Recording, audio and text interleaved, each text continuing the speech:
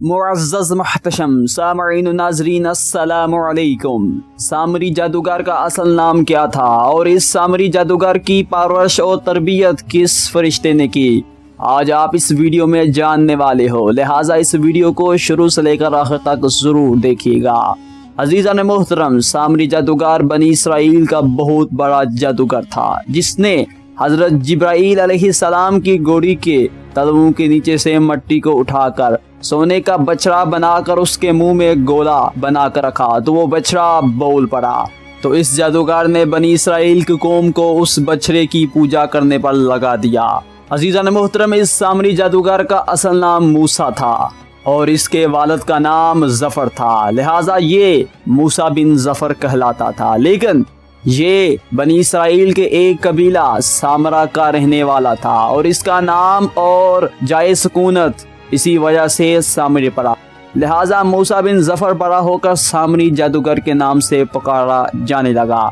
عزیزان محترم، سامری جادوگر اس وقت پیدا ہوا جب فرعون کو خواب آیا تو اس نے پورے بنی اسرائیل میں اعلان کر ڈالا کہ جو بھی بچہ پیدا ہوئے اسے قتل کر ڈالا جائے اور بچی کو فرعون کی حکومت کا غلام بنا لیا جائے۔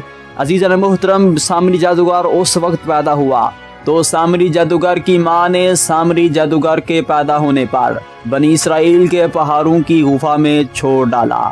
تو اللہ تعالیٰ نے اس طرح کے بچوں کو جن کی ماؤں نے بنی اسرائیل کے پہاڑوں پر اپنے بچے چھوڑ ڈالے تو ان کی پرورش و تربیت کے لیے حضرت جبرائیل علیہ السلام کو معین کیا۔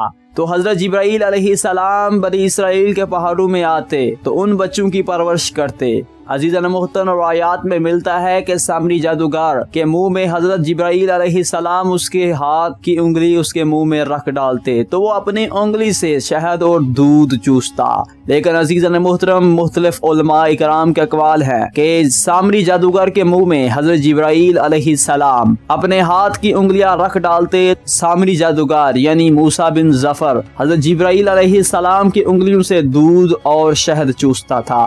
عزیزان محترم، سامری جادوگر کٹر دشمن تھا حضرت موسیٰ علیہ السلام کا، جس نے بنی اسرائیل کی قوم کو بچڑے کی پوجا کرنے پر مجبور کر ڈالا۔ عزیزان محترم، اس لیے کیونکہ سامری جادوگر جس وقت پیدا ہوا تو اس کے قبیلے والے اور بنی اسرائیل گائے کی پوجا کیا کرتے تھے، لیکن آخر زمانے میں سامری جادوگر حضرت موسیٰ علیہ السلام پر ایمان لے آیا، لیکن کٹر منافق تھا۔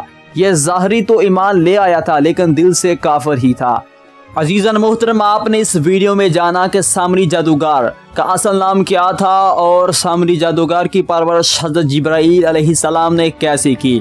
امید کرتا ہوں آپ کو یہ ویڈیو پسند آئی ہوگی۔ اگر یہ ویڈیو آپ کو پسند آئی ہو تو اس ویڈیو کو زیادہ سے زیادہ لائک کیجئے اور اپنے دوستوں رشتہ داروں کے ساتھ شیئر کیجئے تاکہ وہ بھی سامری جادوگر کی حقیقت اور اس کا اصل نام جان سکیں۔ اور ہمارے مدینہ 360 یوٹیوب چینل کو ضرور سبسکرائب کیجئے اور اسی طرح کی اسلامی اور معلوماتی ویڈیوز دیکھنے کے لیے۔ See you in the next video tutorial۔ اللہ حافظ۔